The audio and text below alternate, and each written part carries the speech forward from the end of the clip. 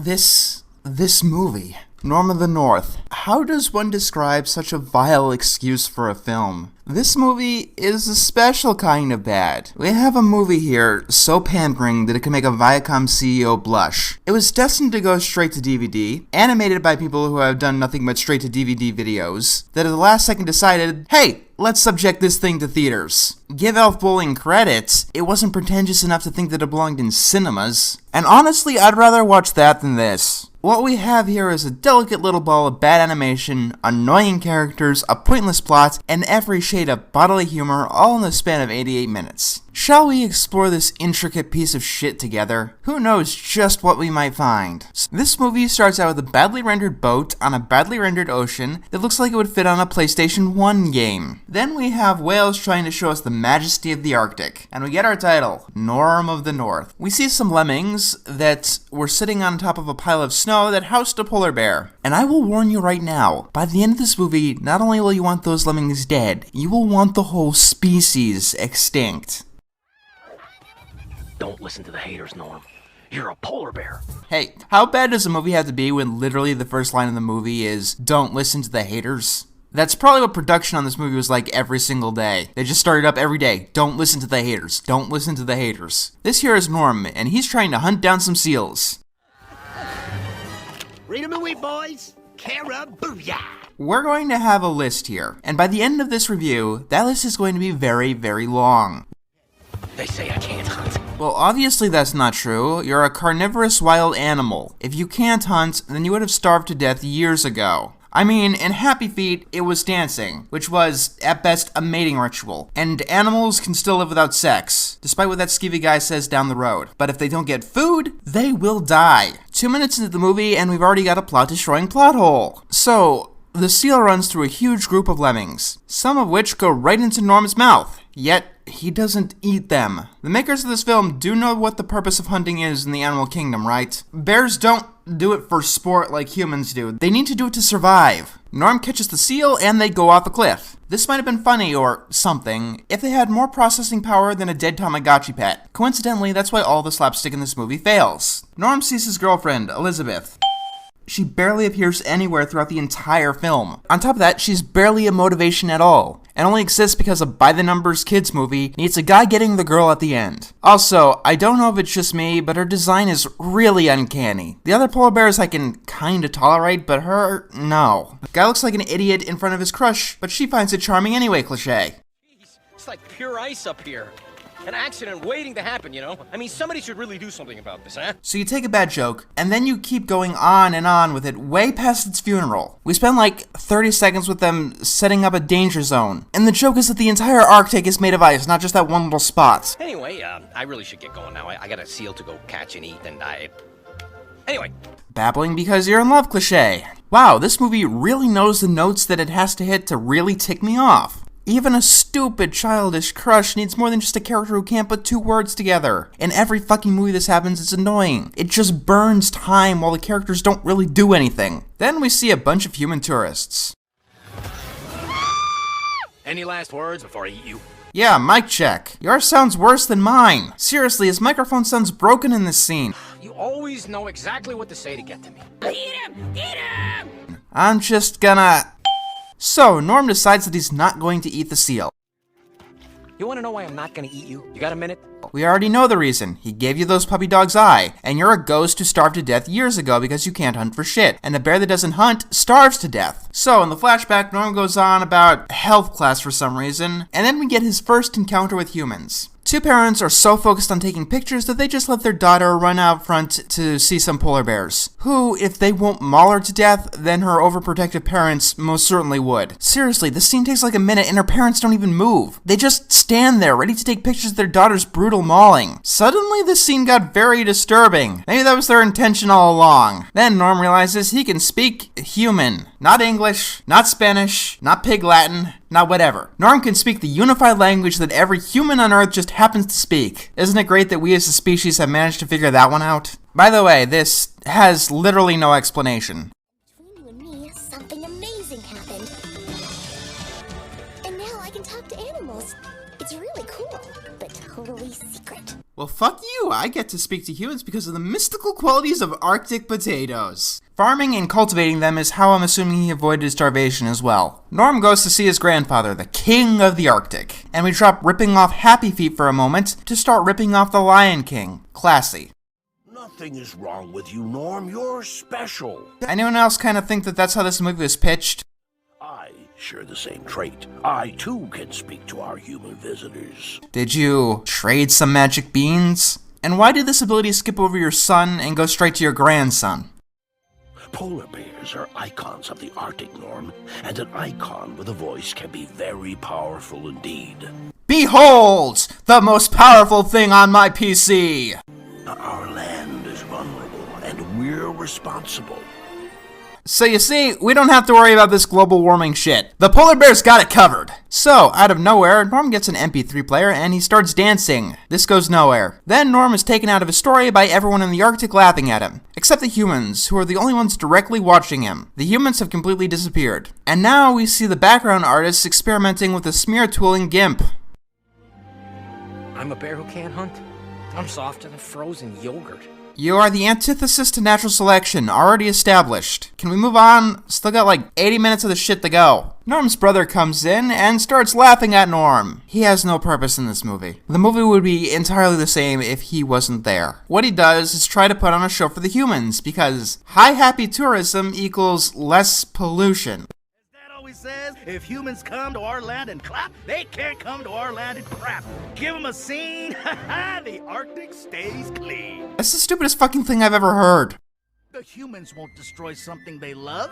Oh, just wait until he discovers the internet. Also, the rest of the movie tries to portray humans in the Arctic as a bad thing. So, then we get the show. It comes out of nowhere, it's nonsensical, and it contributes absolutely nothing to the plot. Yep, it's a big-lipped alligator moment in a movie full of them. It's basically just like waving keys in front of your toddler. Norm's brother gets Norm to start dancing. Something that was previously shown that the Arctic denizens don't find impressive at all. Also, every time that Norm starts dancing, it gives them a chance to shoehorn in a pop song to pad out the movie's soundtrack. All this ends up doing is making Norm feel a little bit more depressed. Something that he already was before the scene.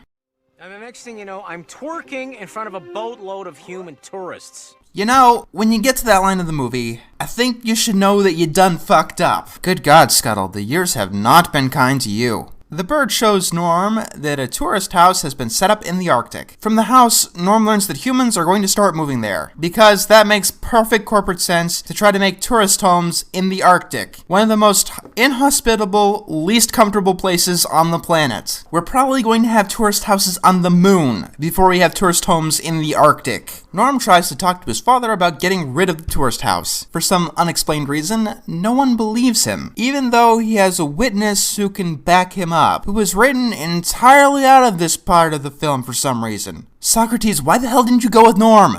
Socrates and I snuck in. And look, from Florida. You lived your entire life in the Arctic. You shouldn't know what Florida is, let alone have a plastic flamingo. Then the king suddenly becomes scared because I don't know. The king has no point in the entire film.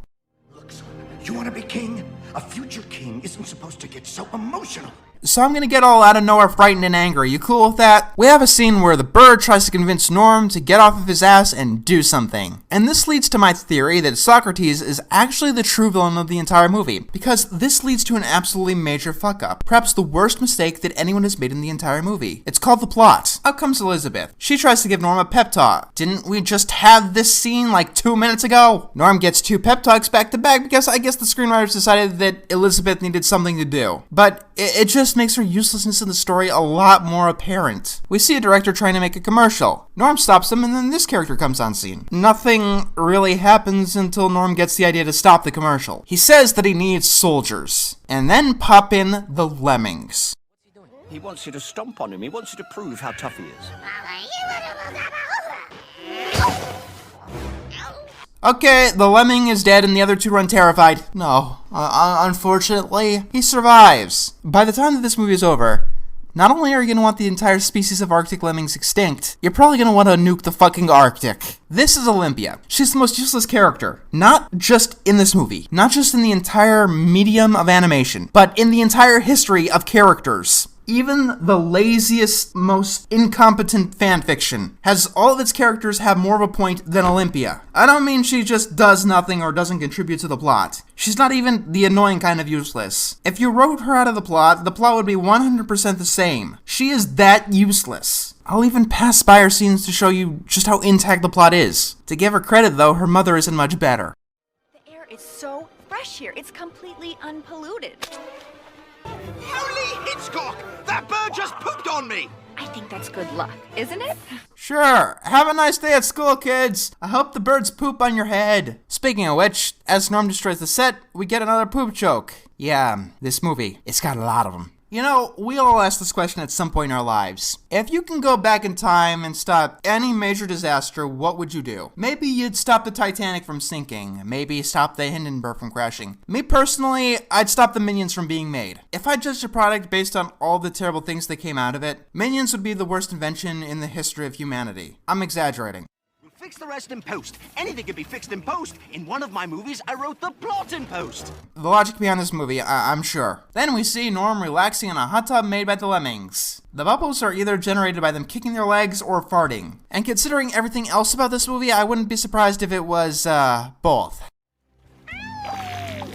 Charming. A hot tub made of farts. Who wouldn't want to relax in that? Vera runs outside and the ice starts cracking beneath her feet. Not wanting Vera to die, Norm goes running after her. And like the genius she is, Vera decides to make a commercial out of a polar bear chasing her down. So, about 20 years later, some explorers find a camera frozen in the ice next to a pile of bones that have distinct polar bear scratch markings. Actually, that's what you'd expect to happen. I mean, what is the logic here? Having a polar bear, teeth out, running you down while the ice is cracking beneath your feet, and you are a few seconds from death. Does that really sound like a good advertisement to sell vacation homes? However, Vera manages to escape, and Norm running around like an idiot did absolutely nothing. Vera tells her boss that the director quit, but after a freakout, he says that he loves an angry charging polar bear that looks like it's going to kill and eat all of his customers. This villain? Well, you know that CEO who is the villain in every other movie in the entirety of history? Well, that's Mr. Green. So, believe it or not, everything up to this point has been roughly tolerable. But now this movie goes through countless decisions that make it the stupidest animated film that I have ever seen. I mean it gives Elf Bowling a run for its money. Yes, whatever happened in that movie was confusing as fuck, but the plot points had at least some kind of logical connection. Here's what happens in this film.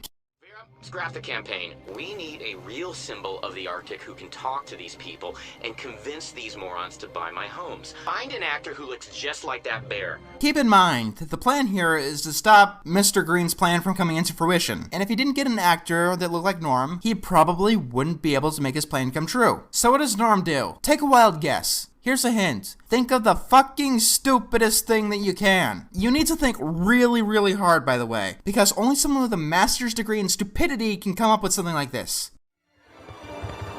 You heard them, Norm. They want an actor who can use the Arctic to sell the Arctic. If that actor is you, we can use the Arctic to save the Arctic. You need to go to New York and stop these houses from ever getting here. Yeah, Norm decides to go to New York to become an actor for Mr. Green. Why? That is the dumbest thing that I've ever heard. You know this list here? Well, because of what Norm is about to do, the best possible outcome for the plot is for him to actually be on that list. The only way for him to have any merit at all in the plot is to completely ruin everything for everyone and absolutely fail his duties, letting Mr. Green destroy the Arctic. That is the only way he's going to have any effect on the plot whatsoever. And since this is trying to be a by-the-numbers kids movie, you know that's not going to happen. But honestly, wouldn't it be so therapeutic if it did? So, Norm hops into the home, and unfortunately the fucking lemmings follow him. Oh, believe me, they get worse. Much worse. Insert shoehorn pop tune number 2, there are going to be a lot of them. At the very least, they're better than this movie trying to come up with original compositions, because everything original about this movie is fucking stupid. We finally get to the main plot of this movie, 27 minutes into an 88-minute film, and I just realized that we're not even halfway done. Shit. So, the crane lifts up the house and presumably breaks all of the furniture inside.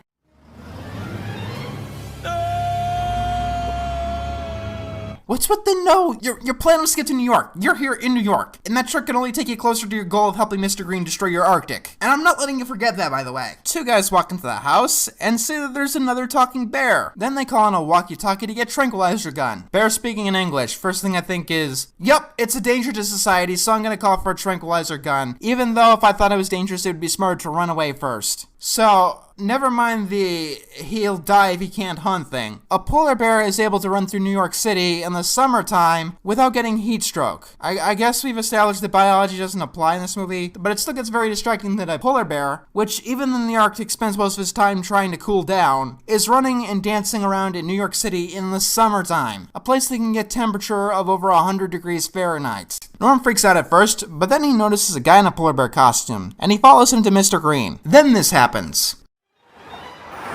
There he is! I think we can take him. Okay, how stupid do you think kids are? Really? They get into a fight, and we see a problem that I've been ignoring since the start. The animation. Well, this isn't the worst quality 3D animation in the world. It seems par for the course for straight-to-DVD crap, even on the lower end of the scale. It still has problems. A lot of characters move in strange, uncanny ways, and it doesn't work for the style they're going for. It feels like this movie wanted to be a 2D movie, but it couldn't because of potatoes.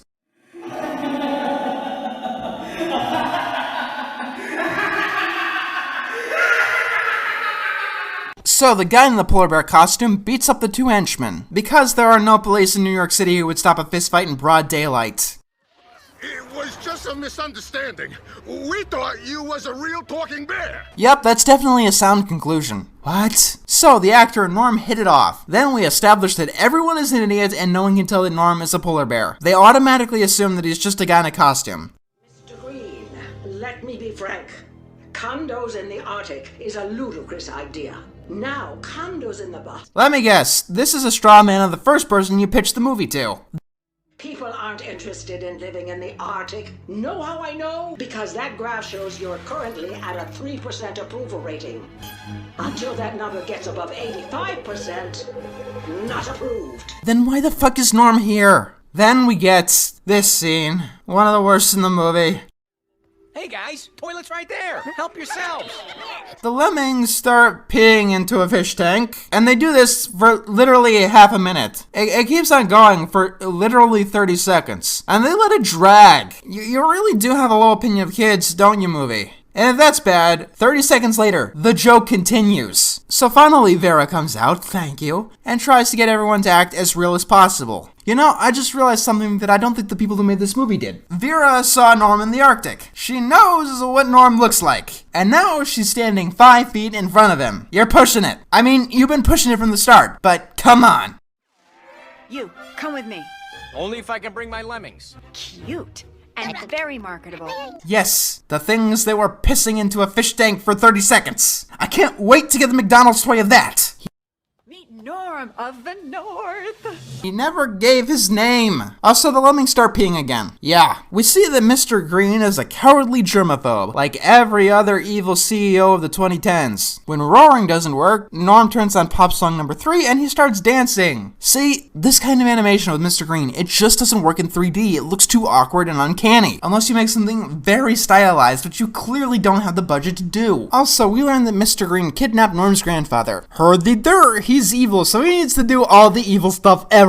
Although, I have 2 questions though, because this kind of breaks the plot even further. Then again, these questions are very simple, so you should easily be able to answer them. The first question is when, and the second question is why. I mean, this kind of plan, it seems like the first time that Mr. Green has even attempted to set shop in the Arctic. If he's never had anything to do with the Arctic in the past, then why the hell does he have Norm's grandfather? When and why did Norm's grandfather ever go to New York City? And with that, Mr. Green decides to try and assassinate Norm because he thinks that Norm is an assassin. Because all assassins introduce themselves, dance for you, and don't kill you when they have an easy opportunity. They're a nice bunch like that. Please don't kill me. Norm and Vera go out to sushi, while the lemmings stay behind and work on Mr. Green's receptionist, who looks like the studio stole a model from the Bratz cartoon from the early 2000s.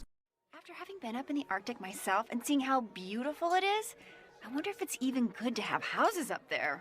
So yeah, this is an environmental movie, where the villain is named Mr. Green and he wants to sell houses that come with solar panels. And it was established earlier that if the humans really like the Arctic, they won't destroy the Arctic. The moral is not to build houses in the Arctic, which sounds like a stupid idea on paper anyway. It sounds like financial suicide to try to do this. Tell me if you heard this one before. So Mr. Green walks into a sushi restaurant wielding a tranquilizer gun. The police are on summer vacation, aren't they? Look, even taking out recent events, I don't think you can make this kind of joke funny anymore. It's just dark. And even in a kid's movie, completely unbelievable. The second that Mr. Green stepped out of the building with that thing, he would have been pile-drived by every police officer in the city. Instead of panicking, people start recording the fight. Mr. Green shoots a pufferfish, and then the sushi restaurant owner shoots Green in the ass.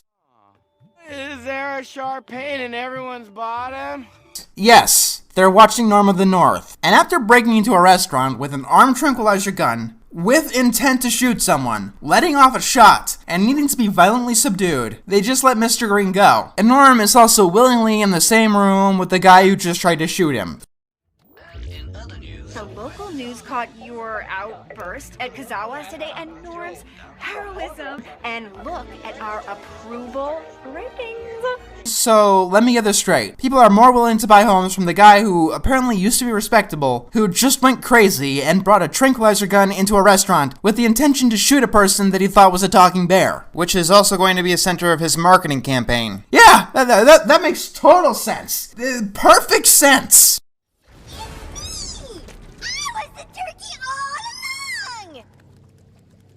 No, just maybe. I don't know. I don't know. It's just a movie. It's just a movie. A very stupid, fucking insulting movie that doesn't have a single ounce of logic or comedy and a failed attempt to pander to kids with pissing lemmings. But yes, it's just a movie. One of the worst movies I've ever seen. But yes, just a movie. And Mr. Green accidentally lets it slip that another polar bear is here. Norm automatically jumps to assuming that it's his grandfather because, you know, New York doesn't have a zoo or anything. Oh my goodness, we are rising faster than the oceans. Hey, everybody, it's an environmental movie. You get it? This movie is environmentally friendly. Yeah, could you tell? And all Norm asks for payment is that he gets to stay in the model home while he lives in New York City. One that has a ton of security cameras that didn't catch Norm coming in from the Arctic. What a wonderful environmental message. It just makes me want to speed up global warming, to melt the ice caps as soon as possible, and kill every fucking one of those things. And oh my god, this movie's turning me into a Captain Planet villain. And on top of all that, Mr. Green's watching us, so act natural. Yeah, that's it. I'm doing it. Crap on the environment. After all, the lemmings are doing it too. And if animals are crapping on the environment, it's perfectly okay for me too. And why should I care anyway? It's the polar bear's responsibility to care for the Arctic. I'd make a counter for all the fart jokes in the movie, but they don't make numbers that high. Norm finds the other Arctic because it's extremely easy to find one person you don't know the name of in a city of 8 million people. And it's a city where people don't ask questions if you're dressed like a giant polar bear. So, this guy, the actor, he's going to distract the cameras. And you know how he's going to do that? By sitting in the house with his mask off. What could possibly go wrong? And you know what? Does that sound totally unbelievable? Even something that kids would think is absolutely fucking stupid. Well, screw you, because you know what? It works! It works! It actually fucking works! Because everyone in this film is a moron! You have the model with the mask on. It's on your computer. It's quicker to figure out that something is wrong than it takes to animate the scene. Is this just some kind of joke that they didn't convey well enough? I just got it. That's our Norm, huh?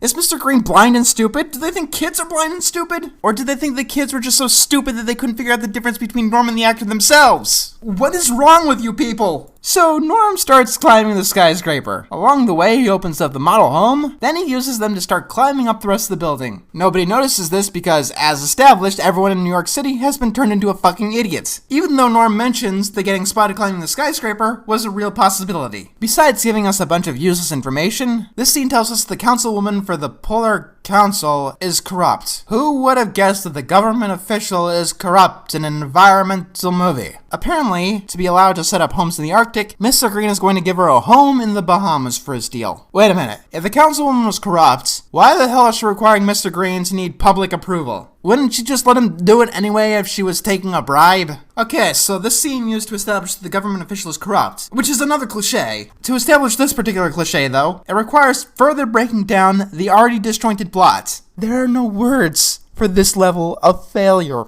Then Norm gets spotted, but he manages to get away just in time. And Mr. Green doesn't even question it, he doesn't look at the security camera, he just leaves the room. And with the door open, the lemmings run inside. They break the security camera and let Norm in, and then they all go searching for Norm's grandfather.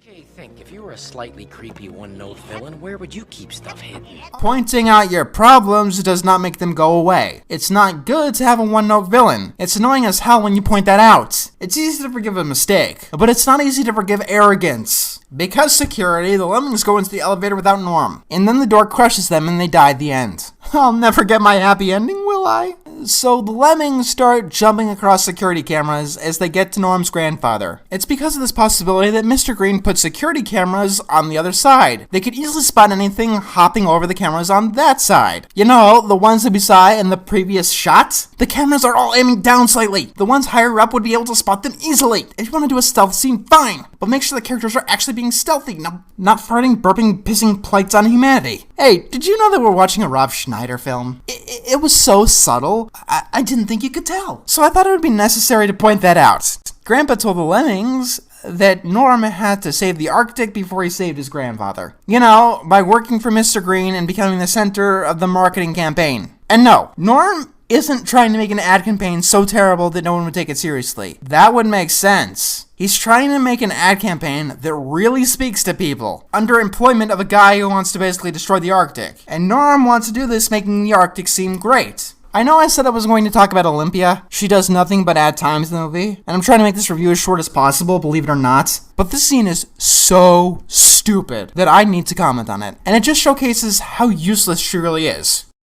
Yes, hi, Mr. Green. Sorry I didn't pick up before. Your mom is very good at her job, Ellen. You must be proud. I know. Sometimes I wish she wasn't so good at her job, if it meant she got to spend more time with me. First of all, this cliche can go die in a fire. No, it can go die in a volcano. I'm gonna take this cliche, and I'm gonna go to Pompeii with it. Oh my god, mommy or daddy, you work so much. Why don't you spend more time with me and not care if you get fired from your job that supports us, and that we'd be homeless without? And you know, I'd be more fine with that plot line if that was the actual moral once in a while. But no, every single time this plot is used, the parent is demonized for actually having a job and supporting their family. Would it be great if they could spend more time with their kid? Sure, but it's not always easy, especially when you live in a place as expensive as New York City. Olympia is technically in the plot to give Vera motivation, but honestly, it's not really necessary. Even with Olympia written entirely out of the story, I've never found myself asking, why does she work for Mr. Green? It's a comfortable job. She probably won't get one of equal quality if she quits. And like I said, New York City is fucking expensive. And now here's the grand total of Olympia's actual contribution to the actual plot. I'm thinking, maybe we can work together. Be honest. What's your plan here? Well, Mr. Green wants to use me to sell the Arctic, and I'm gonna use the Arctic to save it. Exactly. To rally the public so that they love you, wait for your moment, and turn them against Green. Use his own plan to defeat him. No. Yep, her purpose is agreeing with Norm's stupid fucking plan. She just agrees, but she doesn't actually contribute anything. But I do know on a technical level why she's in the movie. We need to have a kid character for kids to relate to, even if she's a useless waste of the animation. All of the cliches are there for a fit-yourself-in character. Parents not spending enough time with her? Check. Smarter than the adults around her? Check. Caring about what really matters? Check. Being the goodest person in the whole gosh darn movie? Check. All that's missing is an actual reason for her to be in the goddamn movie.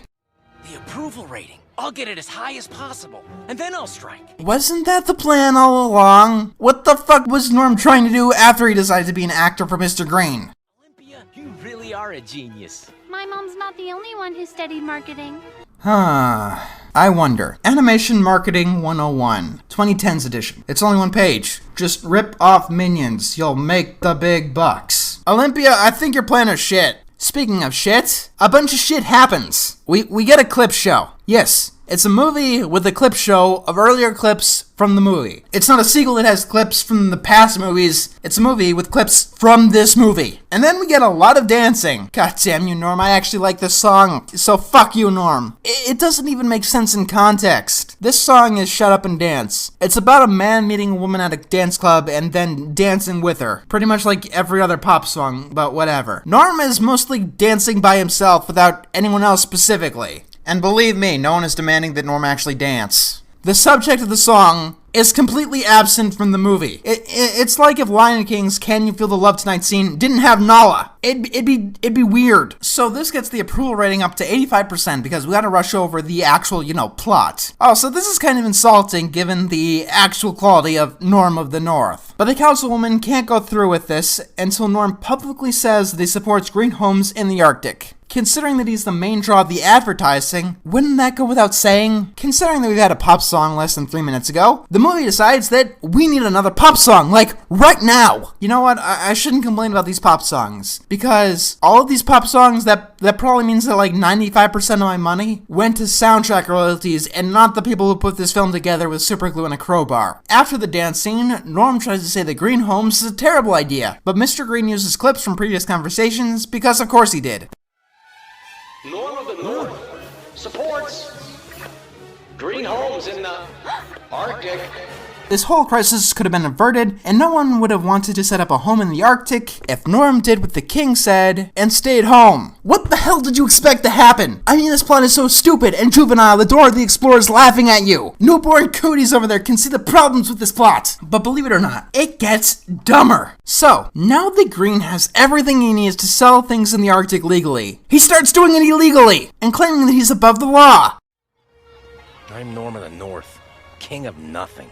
Hey, let's put that on the box. It's a tagline. I'm sorry. I'm very out of it right now. This movie is just making my brain leak. It's making me extremely happy that someone is trying to destroy the Arctic. Norm of the North and maybe every other animated environmental thingy. Maybe people would give a crap about the environment if every single solitary show with an environmental message wasn't completely batshit stupid, ham-fisted over the top pieces of pandering annoying crap that thinks its audience is an abject moron. Every single cartoon or animated movie, with very little exception, trying to say save the rainforest or the Arctic or whatever, has been just plain fucking awful. I mean, if no one was making these messages to try to save the environment, I bet global warming would be slower. If they felt that their message was important, they'd actually put some effort into their product. By God, all of the computers used to animate and render this movie. I wonder how much strain that put on power plants. Maybe they had to increase their CO2 output to keep up with the demand, which would further melt the Arctic ice caps. All for a movie that no one wanted to see. I came to save my home.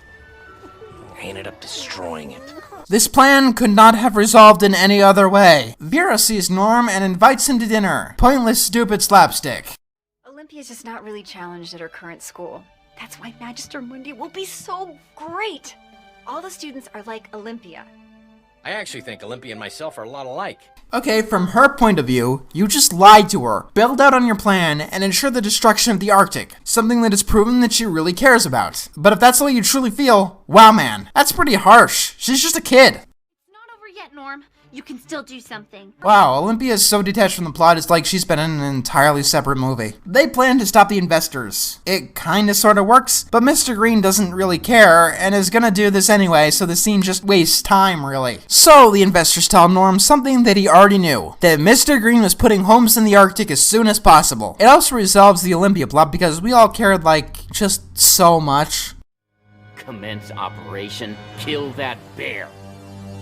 Operations tend to have code names, so people who might be listening in can't, guess what you're talking about. Between saving the Arctic and saving his grandpa, Norm chooses saving his grandpa. which at this point in the movie it just seems kind of selfish, considering that this whole thing is all Norm's fault. Grandpa is saved, but to be totally honest, you could have written this whole movie without him. Speaking of which, Mr. Green's plan would have absolutely failed if not for the help of Norm. And not to mention that pretty much everything else he did kind of failed as well. Also, Vera didn't really do anything except get Mr. Green to hire Norm, which he might have done anyway. The only characters who actually do like literally anything of substance in this movie are the fucking lemmings. Everyone else in this movie is a moron for nothing but a cheap laugh, has no effect on the plot whatsoever, and Norm himself is pretty much just trying to get to where he was at the start of the film.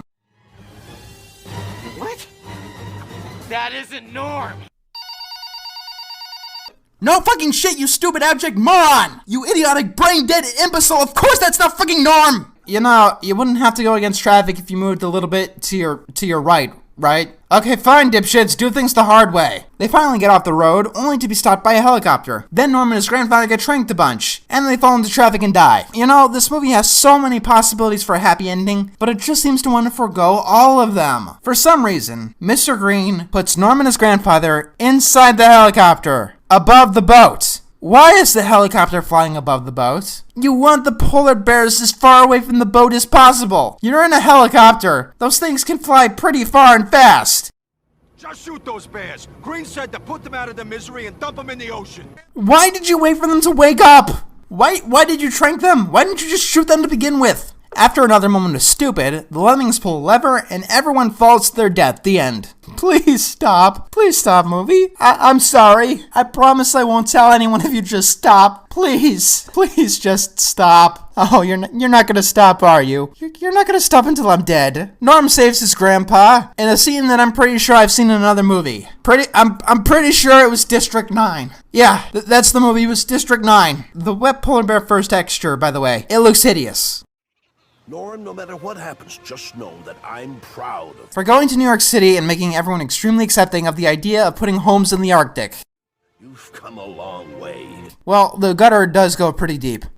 You might think you're not a hunter, but you are. Your way of hunting is just different than everyone else.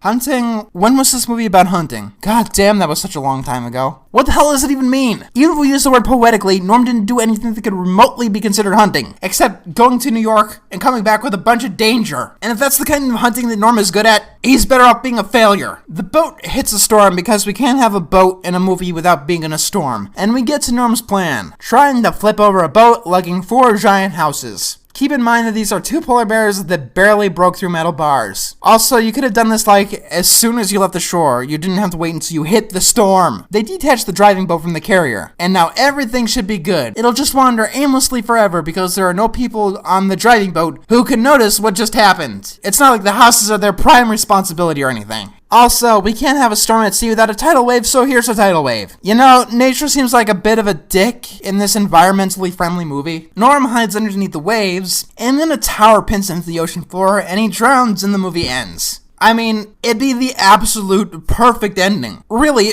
it would. I mean, here, he's made a mistake and he's gone all this way to try and fix it. And he's finally stopped the bad guy from ruining the Arctic and fixed his screw up. The lemmings get to drown. And now Norm is paying for every stupid decision that he's ever made. It's like a beautiful Shakespearean tragedy with a twerking bear. You don't want to ruin that, do you? I mean, we even get a flashback of everyone that Norm is fighting for. Like, that guy who no one remembers, and what's-his-face, can't forget him, a glimpse into hell, and what's her name? People who basically weren't even in the movie. All the people that Norm cared for, but the audience didn't. Norm fought for them to live bland and stupid lives, and now he could die peacefully at the bottom of the sea. God damn it, movie, why do you keep doing this to me? I'm getting kind of angry now. Back in New York, Vera quit and... Mr. Green, I'm sorry, but I cannot help you destroy somebody's home in order to build houses no one needs. I quit.